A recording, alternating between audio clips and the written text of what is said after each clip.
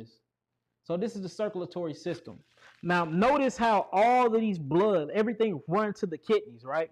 Then the adrenal gland sits on top of the kidneys. Well, you have something called hydration or electrolytes, minerals, right? When you hydrate the body, what happens is the venous system and the cardiovascular system, or what we're going to call the arteries, they don't have to contract. They don't have to constrict themselves, because they're elastic. They're full of water. They're full of minerals. They're hydrated. Now when you start eating foods that dehydrate the body, like one food is alcohol. Alcohol is not a food, it's a poison, but it dehydrates the body. What happens is the body have to compensate for that. So the body start pulling water from different organs to go where the area needed that the body was the most dehydrated at. Now, the first thing it's going to start pulling from is the organs, but then you keep eating these acid-forming foods, and acids deprive the cells of oxygen, right?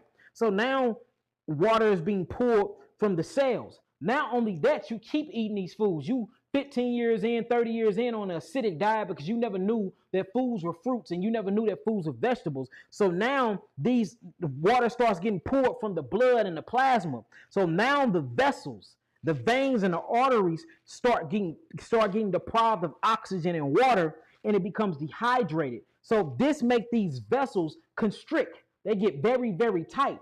And the reason why they're very, very tight is because they don't have water to make them elastic anymore. Now, you still have to have blood going in through the arteries, feeding the whole entire body oxygen, turning that into carbon dioxide, which then turns into, adenosine triphosphate, which is energy for vitality for cells, for you to give you your energetics. And then that carbon dioxide circulate and go through the venous system, the veins, and then it comes back out through the mouth. You see that? That's how respiration truly works. That's how the respiratory system truly works. Now, I want to show y'all something. When you start pulling water from the blood and from the veins because you are so acidic and your body have to balance itself and compensate for all of the acids that you've been eating, you start constricting that blood vessel.